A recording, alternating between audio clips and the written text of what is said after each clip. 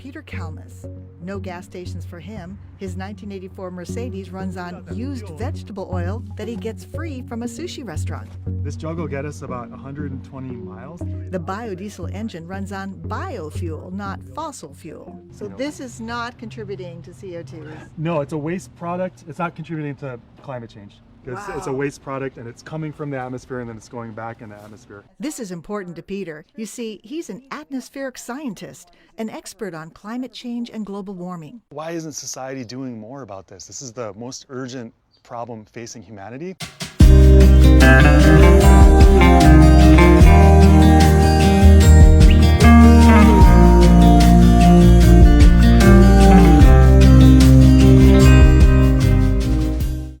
Well, welcome. Tonight we have Dr. Peter Kalmus, and I am Sandy Shellis, and welcome to Environmental Coffee House, everybody.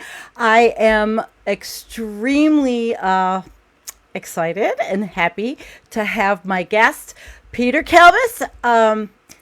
Peter, I read your background, and I have watched you. I'm on Twitter with you every day.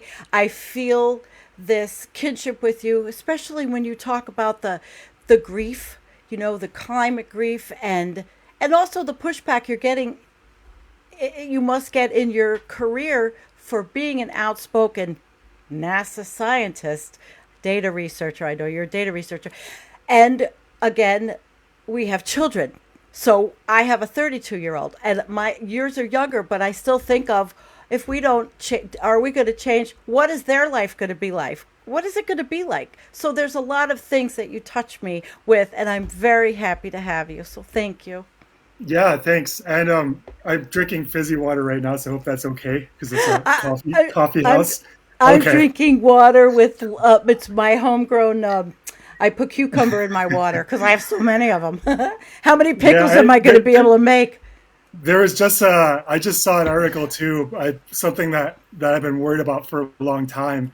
I think might be coming to pass, because before lunch I drink a lot of coffee, and apparently, it is going to start getting more expensive soon, and they expect the quality to start going down because the growing conditions are degrading because of climate change. So, I mean the fires and the floods are bad. But take away the coffee. Oh my God, that's what's left? Yeah, a catastrophe. Even though I drink low acid, low caffeine, I drink like this crazy coffee that probably no one will ever make for me again. I should say too, I'm speaking on my own behalf here. So I do work at the Jet Propulsion Laboratory and do climate science, but they don't. And to touch on your point about pushback. It hasn't really been that bad. 4 or 5 years ago, when I was a more junior scientist and I was a little less experienced at speaking out, I would get sort of afraid sometimes, and I feel like, well, can I go that far? Can I say it that directly? How is that going to affect my colleagues? How is that going to affect my ability to, basically maintain my career as a scientist, not get fired, let alone getting grants and progressing in my career? Getting collaborators, but now I'm getting a much thicker skin. And the other thing that's really changing quickly is with the intensification of climate disasters that we're all living through right now, the rain that you guys are getting on the East Coast, the fires and the drought, the heat waves we're getting here on the West Coast, and everything in between, the storms, the flooding in Europe, the Madagascar and other parts of Africa are on the brink of climate famine. So with this intensification, the public is really waking up to the fact that we are in an emergency, and it's not waking up as fast as I would like it to, but that makes it a lot harder for people to say that the stuff I'm saying I shouldn't be saying, because I'm just telling the climate truth, right? And 5 or 6 years ago, people would have called that alarmist, and I would have called it prescient and realistic, but now it's a lot harder for people to say that what I've been saying all along is actually alarmist, because it's not. It's not. And anybody wants to call me an alarmist, well, have at it. And I will show you the goods. I have the receipts. Yeah. That's how I feel too. Me too. Well, Peter, I want to start just, we don't have a lot of time, but I want to start just a little bit with lifestyle because I loved that one interview that I read. I love everything about that whole video. I wish I could have played it for everyone with your family in it. The Mercedes on the biodiesel. It's not easy for everyone to live like you do. And people do give it a try. We are always talking in our audience about our gardens because I'm a huge grower, canner, prepper, all of that. And we did a video with everybody sent me their garden pictures. And that's great. So tell us, how did you do it? How did you I'll say that life? I think it's a lot easier now than it was like in 2010 when I started going down that path. So, and I should say that, the reason I did the Mercedes thing with the veg oil, that was the hardest thing I did. That was the most like technically difficult, the most time consuming, the dirtiest thing, getting some vegetable oil splashed on your old jeans every now and then. So it was fun. I really enjoyed it. It was a great hobby to have for, I don't know how long I did it for, 7 years or something. But 2 years ago, I sold it actually to the people who make the Fast and Furious movies. So I don't watch the Fast and Furious movies, but if someone sees an old gray Mercedes like driving off a cliff or something or getting completely totaled, let me know, because that's probably my old the old the grease mobile. Well, but now it's a lot easier to drive electric, for example. Back then, it wasn't really a viable option. Now you can buy a used Nissan Leaf for like $7,000, and it gets about, maybe 60 or 70 miles on a charge. So, and then, I think the really long range electric cars, they're a little more expensive, but I think they're coming down fast, and they're gonna keep coming down. So that was the hardest thing I did.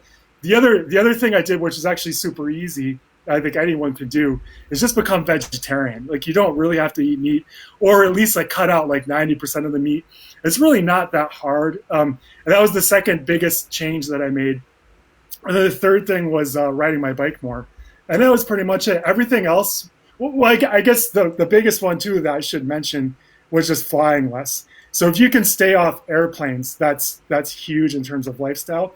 And then the reason I wrote my book, Being the Change, was because as I was doing this stuff, I realized I liked it better. It was like a slower lifestyle. There's more community. I was at the community garden all the time. I was trading seeds and zucchinis with my neighbors all the time. I was waving at people when I biked past them.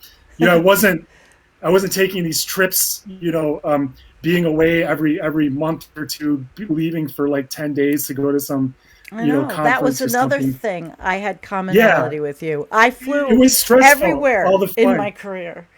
The jet lag. And you know what happened to me? I'd come back from a trip and I'd be sick for 2 weeks. I don't know if it was just when I go to these trips, I'd stay up really late, and I'd go out with like these scientists that I didn't see except for a couple times a year. We'd always kind of go out and stay out late and drink beers and go to bed too late. And I don't know if it was all of that stuff put together, but I get sick for like 2 weeks. And I'd miss my family terribly, and I couldn't you can't really have a garden if you're doing all that traveling very well. So I just liked it better, all these changes, and that's why I wrote the book.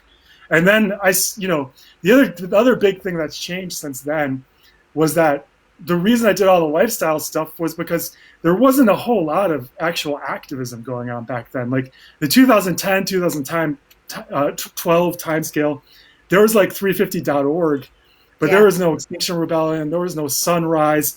It was very, and even 350.org back then, it was very polite. It was like making climate art, everyone lying down in a field so that a helicopter could come and like take a picture from overhead, and we were spelling out 350. So it wasn't going to change anything. So that was discouraging to me. So I'm like, what else could I do? So that's why. And now everything's different. Now I would say doing the lifestyle changes and reducing emissions, it's fantastic, but don't necessarily even make that the focus. I think you could have a lot more impact from getting politically engaged and being an activist and joining up with other climate activists and going to these group meetings and thinking more strategically about how can we pressure the politicians? How can we grow the movement? How can we get a billion climate activists involved? How can we get lawyers involved more? How can we get lawyers to switch from, this kind of law into environmental law? How can we get authors to write climate novels and television showrunners to make climate? So there's a million things. Whatever you do for your job, there's probably some way you can use that particular talent to be a climate activist. So the lifestyle is important, but that kind of creativity and that kind of courageousness and pushing against the bounds of discourse, maybe doing stuff that's not actually legal, because what the fossil fuel industry is doing right now is perfectly legal and they're killing the planet, right? So if stopping if stopping that stuff means breaking some laws, as long as you're not hurting anyone, have at it, but you're going to have consequences, right? And that stuff is all that stuff is, I think, a lot more, even more important than the lifestyle stuff, which is still important and it makes you feel better, but it's reducing your own emissions isn't a solution. It's something that you could do to shift the culture. Yeah. And it's something you can do just because it feels disgusting to burn fossil fuels. So you don't want to do it. So it makes you feel better. So those are the two reasons to do it. Well, if it makes you feel better, and you talk to people about how you're trying to live and how you're trying to change your life, sometimes it puts a spark in another person. 1, 2. Exactly. We talk on this channel about rewilding a lot. And I'm rewilding parts of my property. I have acreage and there's others of us that have acreage, and we've all talked about it. So it's little things like that, rewilding, and just seeing the honeybees, the bumblebees, the pollinators on the property. Those are all positive things, and the political is a huge challenge. Yeah, and going to your city council meetings to help. It's great to rewild on your property. It's also great to rewild within the community. If there's like a common space, or if they're going to bulldoze it and put up some kind of, horrible development or something, or if you can get them to put in more bike infrastructure or more community gardens. So you've got your level, you've got your family and friends, you've got your community groups, you've got your city councils and your county, and then you've got your state, and it just goes from there. And you can do stuff at every level, and it all interconnects. And I think people should, and I do, even if we feel that the long-term outcome is shit and we may not get to where we want to be, we live today. There's shit and there's completely horribly fucked, right? So we want to keep things to the shit as much as we can. It's a sliding scale. It goes from here's zero climate change. 30 years ago, we could have had that pretty easily. God. Now we've got the beginnings of climate breakdown, and it's going to get to at least this bad, but we could keep it from getting this bad, right? That's the goal. So no matter how bad it gets, I really hope everyone keeps fighting as hard as they can. Me too. I can't get that one off, but there was somebody put up a quote from you that was good, but it's going fast in the chat. I can't find it. Well, okay. So basically, on the right, we have seen this new shift for people going to school boards. And they are trying to insinuate themselves in school boards. And that's another thing that climate activists could run for school boards and work trying to change the curriculum in schools not stopping. There's a million things to do. I like a million things to do. I like Margaret. I like the climate mobilization a lot. And I'd love to bring them into my small town because Margaret they are Klein all Solomon. Yes, she's great. Yes, I do. Yeah. And we have a group in my little tiny Amish community, Concerned Citizens of Allegheny County, kind of on a hiatus because of the pandemic, but we kept things like fracking brine from being used on the road. They were all, and we are all farms. They were using fracking brine in the winter, and that shit was leaching out into farms. And we have some very talented people from Cornell who worked with us. So those are things that can be done. Robert Howarth. Yes. He's kind of a personal hero of mine, and if he's watching, he should follow me back on Twitter. Anyway, he's great. Send him this. I will. I learned a lot from his. I learned a lot from his papers because in my book I talk about methane leakage, and I did some calculations about, how much leakage of methane gas do you need to get to before it's even worse than coal, right? Because when I wrote my book in the 2015 timescale, one of the big, horrible, distracting, damaging fossil fuel narratives was that methane gas is a bridge fuel, right? Oh, God, yeah. Yeah, Bob's done so much to push against that. He's really a great activist that way. And he was involved with that hideous thing they put up in New York State. I don't remember, and just another ridiculous processing plant for the Pennsylvania frack Pennsylvania, but ship it to New York Man. When Biden was running in the primaries and he said that he wouldn't ban fracking, I was just like, oh, for fuck's sake, we do need to ban that. It's horrible. We gotta completely stop the expansion of the fossil fuel industry. That's why, when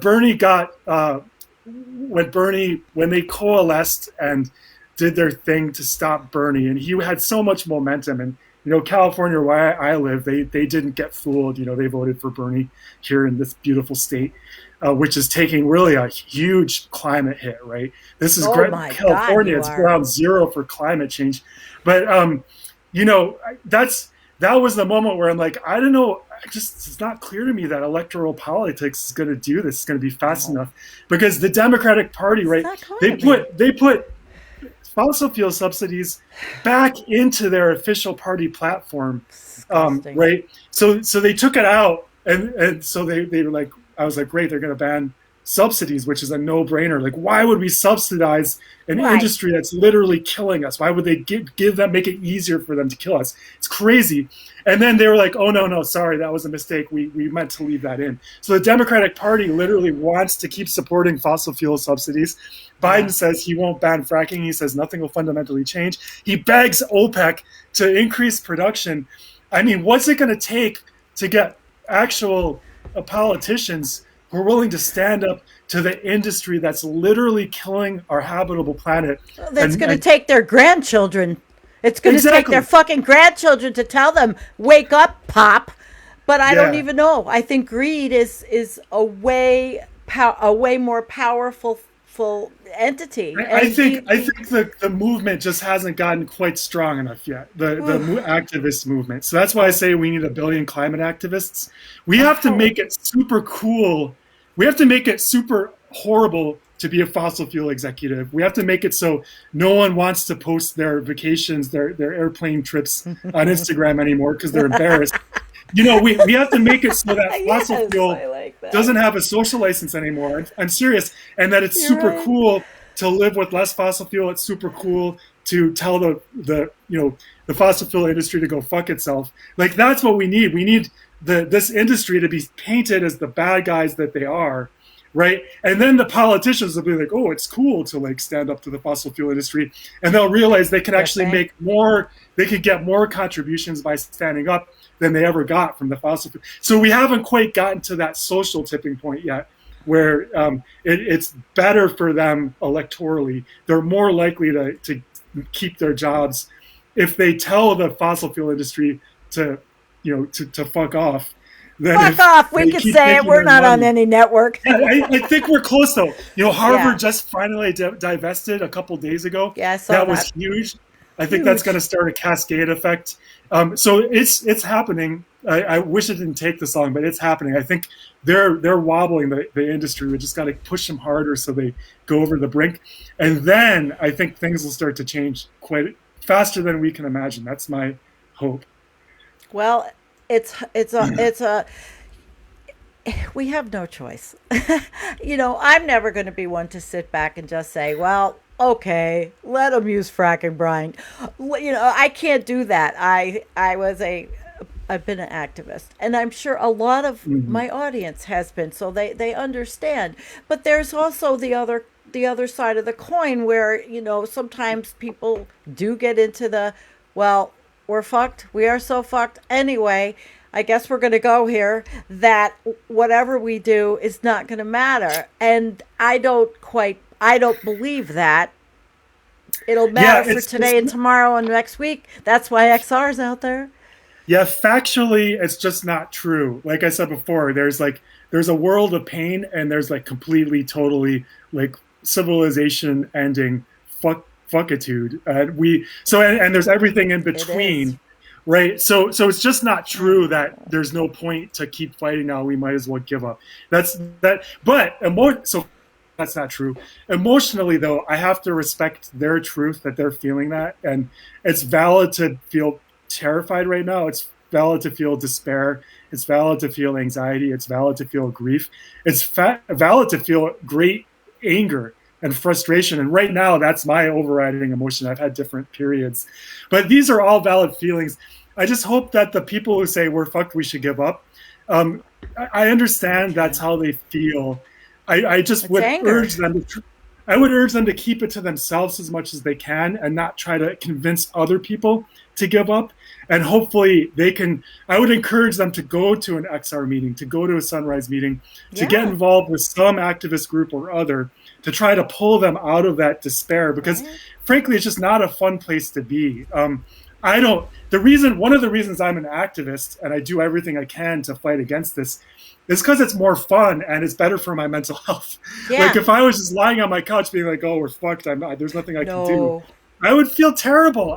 Action is the antidote to despair, even if it's in your own garden. Yeah, in the long term, I think collective action. Once governments actually start to do something, if we can push them or replace them, one way or another, whether it's pitchforks and rising up and make I don't know how bad it's going to get, but one way or another, we need collective action, whether it's through these governments or something that comes after them. I'm not sure. But once that starts to happen, I think it'll be, even though the fires and floods and storms, they will get worse. But if we start acting collectively, I think we'll come out of this despair in some way, because even though things are getting worse, we'll know we're going in the right direction, and that'll make a huge difference for all of our kind of like hope and mental health and feeling like, all right, I hope in my lifetime, I'm pretty sure in my lifetime, unless I, die early for some reason, but, I'm middle-aged right now. So over the next 40 years or so, we're definitely going to go in one or two directions towards complete ultimate, we're so fucked. There's no guarantee that we don't make the wrong decisions to go down that route. That is a possibility, unfortunately. Well, but there's also a possibility that 40 years from now, we've made all the right decisions and we're like, oh man, that was close. Things are better. We've learned how to be on this planet. I really think that to come out of climate breakdown, we're also going to have to do things like figure out how to distribute wealth more fairly and how to stop being racist and how to stop fighting these pointless wars. Bingo. Yeah, I do think it's all connected. We don't really have time to go into exactly why, but it has to do with the colonizing mindset and the capitalist mindset and enclosing for profit and hoarding everything toward yourself and telling everyone else they can fuck off, even though I've got $400 billion. I'm going to go to make a spaceship company and go to space instead of helping my fellow humans, right? That whole thing has to end, otherwise I don't think we're going to come out of this. Robert Lloyd said a comfortable, privileged, ignorant population will not rebel, especially with pitchforks. Of course the pain is coming, of that I'm sure. Well, but that's not all of them, Robert, but I know it's a lot. The pain the pain is like a rising tide that's starting to take more and more people into it. And that's when, you're right, the pitchforks don't come out when everyone still has their Netflix and their, McDonald's or whatever. But when you really feel the pain and you're starting to go hungry and you don't have health care and you lose everything, then, they start to come out. So, and there are a lot of people that, are experiencing that all over the world. The United States, when some people experience something horrible, it's about 20 times worse in another country. But I want to ask you a question in that vein. When other countries say they want to get to the Western lifestyle, they want to have the material things, they want, like in Brazil, that's why the rainforest is coming down. Well, how do we respond and say to those people, listen, it's not so great. We can't do this. You're never going to get a taste of what we've had. That's a really, really good question. I think that first of all, we have to do what we can within our borders first. So that's called leading by example. And we can't say like, oh, Brazil's cutting down the rainforest, China's building more coal plants, so we're just not going to do anything either, right? That's complete bullshit. So first of all, we have to lead by example and do what we can within our borders. Otherwise, we have no moral authority whatsoever to tell any other country what they should do, right? And then second, we have to build in to our climate plans, and we basically don't have climate plans. The Green New Deal is basically a plan to build renewables and create more jobs, and there's no political risk to that whatsoever. Once we end fossil fuel subsidies and once we have a moratorium on expansion of the fossil fuel industry, then we'll know that politicians are finally starting to get serious. Then once we have a year by year, like by 2022, we have to be this down to here, by 2023 down to here, and here's how we're going to do that. So if we have like a plan to get to zero, not net zero, but say to zero by 2035, that's how you'll know that things are starting to get real. They haven't gotten real yet. And part and parcel with that kind of an actual plan is a plan for helping nations that historically haven't created these emissions that we've created and are bearing the brunt of the pain. So a huge part of it has to be helping them build their energy infrastructure without fossil fuels, and basically probably frankly paying them to not cut down their rainforest, right? I think that has to be a part of it. It's going to be a really hard discussion, but yeah, I agree. It's really hard to see how we do this. We're like a primitive species with these borders. Like we have these national borders, climate breakdown, ecological breakdown, biodiversity loss, sixth extinction, that doesn't give a shit about our national boundaries. And so somehow these national boundaries are keeping us from preserving the very planet that gave us life. And yeah, that's a very hard one. It's like, I wish we were more advanced socially at this point, because it's going to be a huge impediment to deal with these national boundaries and all the bristling militaries and this like, oh, like we've got ours here, we're going to close our border. I mean, just think about the climate refugees that are coming up from the global south. Imagine 1 billion people trying to get into Europe, trying to get into the US and Canada, trying to get into Finland and Norway and Sweden and Russia. It's just we just don't have the political sophistication, the social sophistication to deal with that. So I'm very concerned about the geopolitics of that. Peter, sorry to go dark there. No, you're not dark. We're all Sandy, dark here. Let's go till 40 after. Let's take another 12 minutes, okay? Okay. I want to ask you, and now I don't want to lose what I had. I got a little sidetracked. The chat's going a million miles an hour. Let's see. You have to have a way to pause it, right? So you can get the questions. No. Well, let me see. Okay. So, question. We will do this question, and maybe I'll think about what it was that fleeted right off my head. Should academics be providing climate presentation to other professors and encouraging a universal strike? Yes, they should. They should be doing both of those things. Next question. Okay, next question. I told Sandy, everyone, that I was going to try to answer questions as quickly as I could so we could do more of them. Right. And okay, here, let's see. Yeah, we got to get out of these comfortable silos. That's true. That is the amount of methane. We would never have an uncomfortable silence with you and me. I'm sorry. Okay, so is the amount of methane 10 times the amount of carbon? Yeah. So, methane, which is the main component of fossil gas, otherwise known as natural gas, it's 90% plus methane. And a lot of it leaks out under the streets when it gets to your house, from the wells, from the wellheads, from the refineries when it gets transported. So it's a really messy, horrible process. And if I think 3 or 4% of it leaks, and most estimates have it higher than that, then it's even worse than coal. Because on I think a 20-year time scale, it's something like 80 times has more climate impact in terms of the warming potential than CO2 does. And then in the atmosphere, after roughly 10 years or so, it degrades into CO2. So it basically oxidizes with the oxygen. The CH4 turns into CO2. But in terms of how much is going to be released, like from ocean methane and the Arctic. deposits, The and Arctic. from the permafrost and the Arctic, which is melting. I think the uncertainty on that is incredibly high, and even though it's such a strong initial climate impact, the fact that it turns into CO2 after about 10 years means that the main long-term effect from any methane that's released will just be like it'll bump up the total amount of CO2 by a certain amount. But yeah, I think there's still really big error bars. One thing that keeps me up at night, when I was writing my book, I was reading about the carbon cycle and methane release, and a lot of the experts in that field were like, "Oh, don't worry about it too much." David Archer, other people, and I was like, "Do they really know, or could they be wrong?" Right?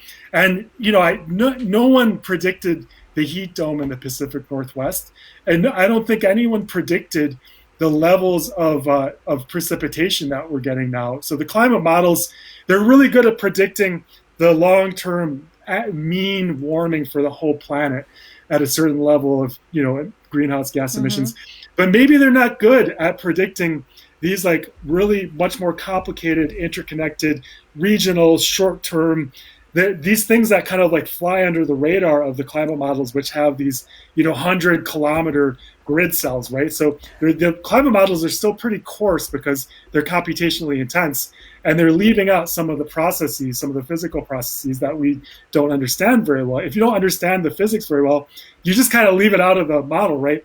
And I think what we're finding, maybe not surprisingly, is that all of those biases in the models lead to them underestimating the actual impacts that we're starting to experience now. So yeah, that's something that keeps me up at night. So that was a long answer. Did the IPCC underestimate in some of the report? Well, there's some things that have been underestimated, things like Arctic sea ice loss, Greenland and Antarctic ice sheet loss has been just historically underestimated over the decades. The estimates are starting to get better now. The models are starting to get better, but yeah, it was really the heat dome, that level of extreme heat that far north was a really big wake up call for the climate community. Oh my! And the rain in Greenland. That's insanity. The rain in Greenland was crazy. Mount Shasta not having any snow anymore is crazy for me.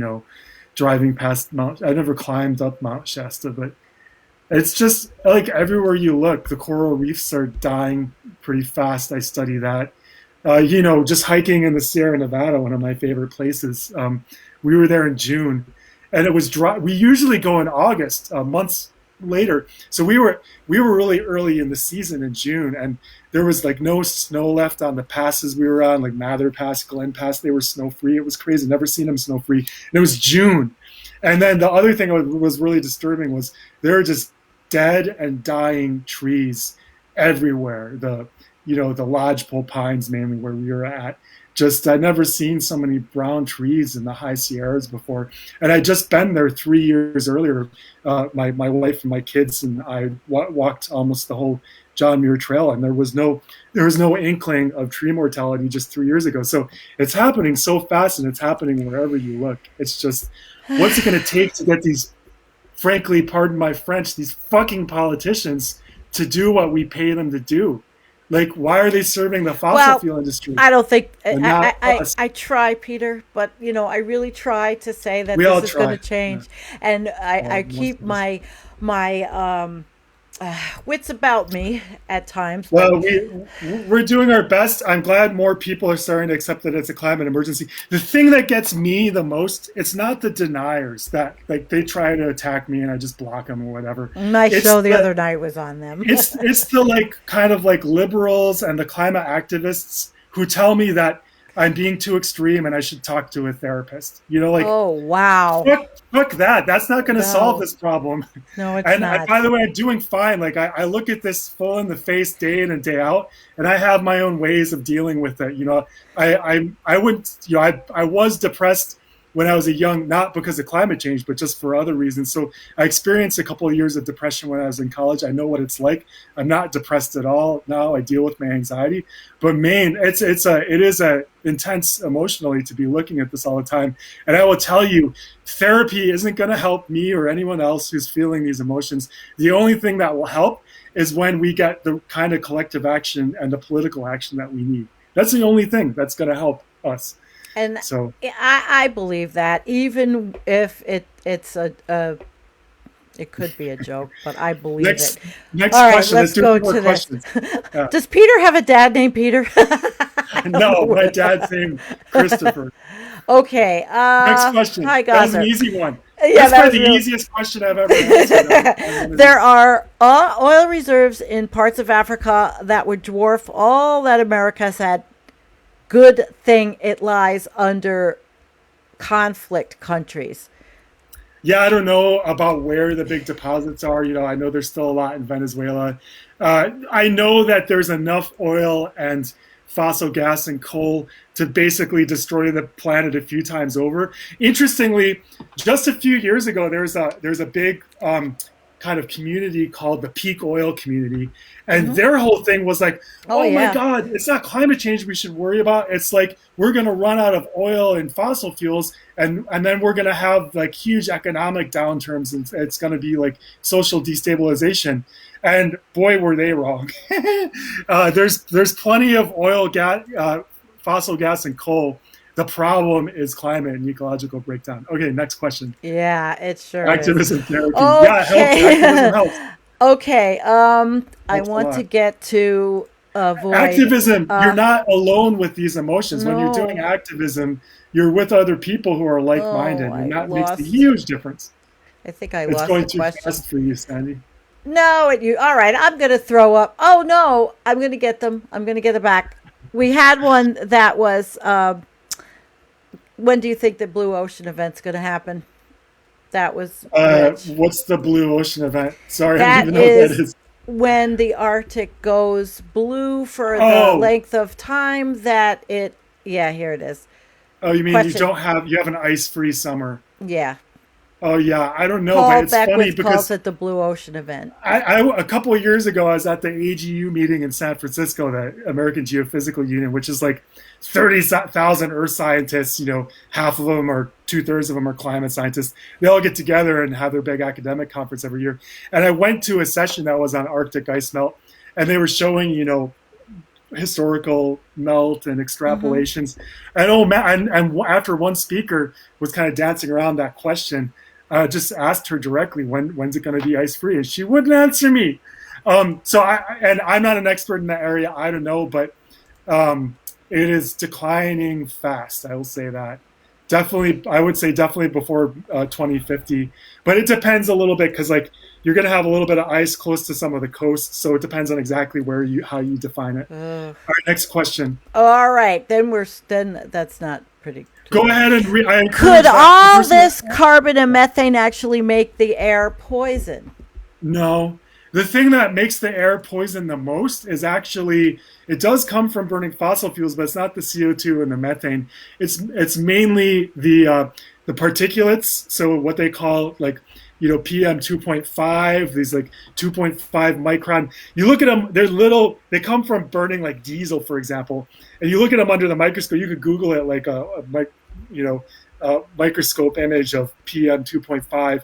It's these tiny little carbon ash things, and they lodge in your lungs, and they make you sick. They give you cancer, and they take away years of your life sometimes. So if you Google air pollution, public health, it's a huge global public health emergency that we hardly ever talk about. But it's not. It's indirectly related to climate change because that black carbon in the atmosphere can make the atmosphere warm to some extent. It can go on snow and ice and make the snow and ice melt faster. But that's the worst thing for public. And then ozone also, which is caused, especially on a hot day, the combination of a hot day and exhaust from cars and whatnot creates low-level ozone, which is really bad for public health too. But if you're in a room and you have too much CO2 in the room, it can have effects on you, but it's going to take there's a lot more things to worry about first before we get to levels of CO2 that actually like hurt us. So, Okay. yeah. All right. Next, we are going This is the to. last one. Oh, okay. That's right. You're on a time limit. Will Dr. Yeah. Kalmus support solar radiation management frameworks like mirror reflection since we are losing the albedo from ice melt and losing aerosols? So good question. I'm not sure what mirror reflection is, but the most basic form of solar radiation management is you just fly airplanes as high as you can and you emit sulfates and these little aerosol particles This is that the mirror reflect. project. It's a mirror Okay, that's what I'm project. describing. All right. Well, That's what they. it scares the shit out of me because here's the problem with it. It's probably gonna happen. I would say it's more likely than not. Just the way politicians work, they want a quick fix, right? And things are going to start getting unbearably hot over the next few years, and especially over the next few decades. And they probably will turn to this as a last resort. The problem is the fossil fuel industry and the politicians, they're going to use it as an excuse, either directly or just indirectly by reducing urgency to keep emitting, to keep burning fossil fuels.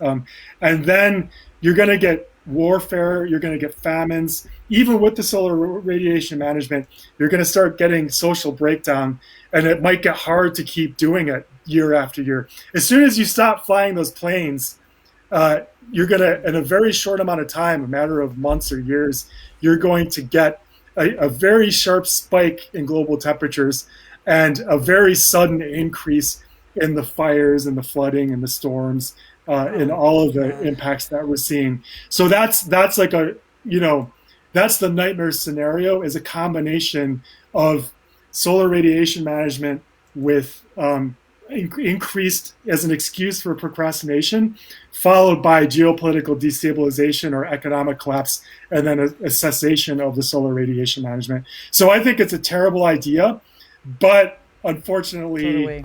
the way humans work and human psychology and human politicians, it seems more likely. And if you read The Ministry for the Future, the new novel by Kim Stanley Robinson, I encourage everyone to at least read the first chapter.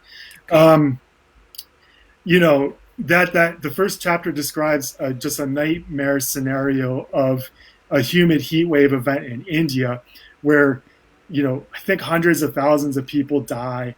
And India's like, fuck this, we're just going to do solar radiation management on our own because the world's, we didn't cause this problem and we're getting fried because of it.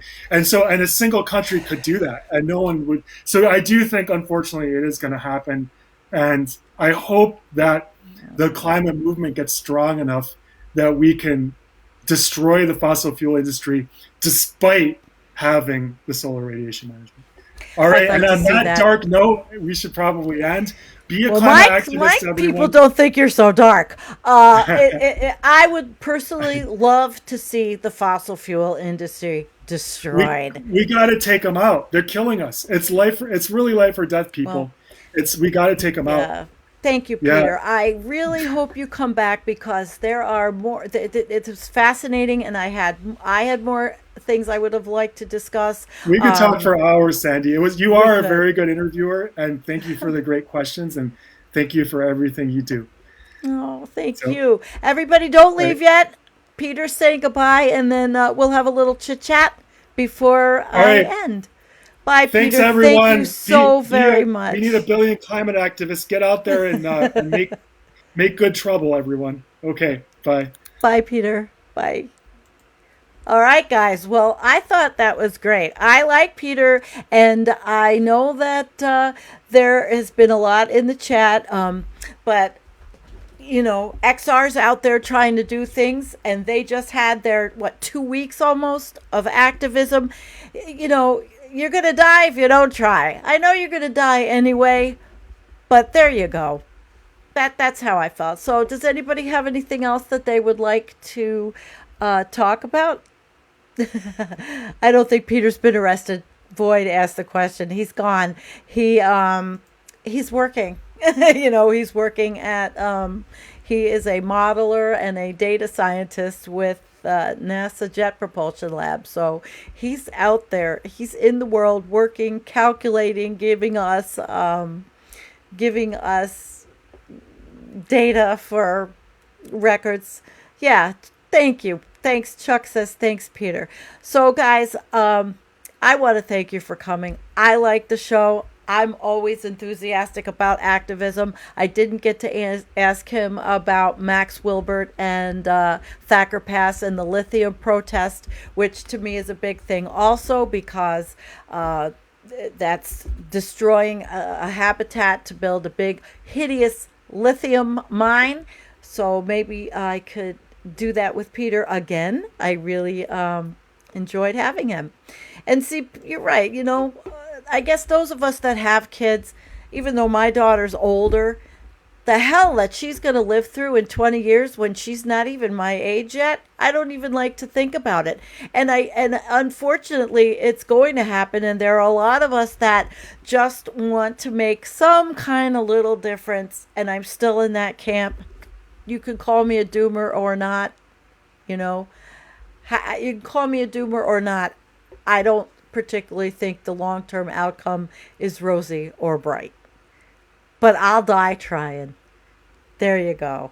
And hello there, Sam. You know how I feel. Anyway, listen, guys, thank you very much. I appreciate all of you. Thank you again to everyone that has done their participated in our Buy Me a Coffee. It helps because truthfully, I look and I see that the subscriptions come out and I'm so grateful, I didn't even get to go talk about it with Peter. We had earlier talked about the weather patterns and why the hell it's happening like it is here, that's making my life miserable and making me have to pretty much sell everything to fix my basement walls because they're falling in. Yeah, well, he has a career. Okay. And you thought he was laid back. He just came in from running, actually. And I think he's very cool. I hope he comes back again. We do have, let me shut this thing off. We do have, let me look at my calendar, guys, and I will tell you the next. We have we have something Friday night. We have a rollout of something exciting that I will be getting to you. And, it's something Jennifer's been working on with a new person that came into our lives from Germany. And this is going to be really, really interesting for you guys. Any of you that understand German and can speak German definitely will like this. And then we have Dar Jamel on Wednesday the 22nd will be with me, and I really look forward to that. It's been 4 years in the making of that one. Okay, and what point am I missing, Dick? I was missing a point. All right, well, if I was missing a point, it was just something that maybe I was meant to miss. Oh, no. Oh, I'm missing the reason why he came. Well, he has an article in The Guardian, and I've been asking him for a long time. So that was, oh, yes, he wants us to organize. Well, why not? That's okay. All right, that point is great.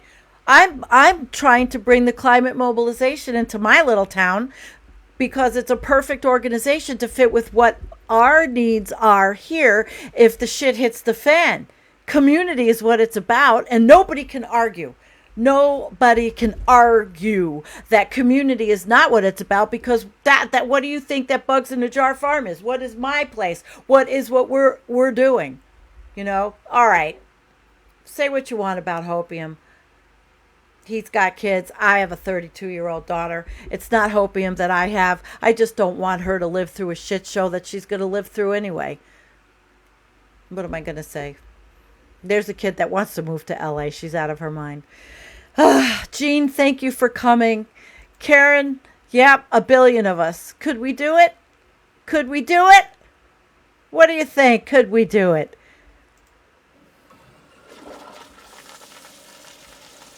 A billion? I don't know, guys. Well, listen, I love you all. Thank you. Don't forget that, yeah, Dick, okay. Hopium, it depends on who you are. A lot of us are in pain anyway. But yes, Poppy, community's good. It's beautiful. It is.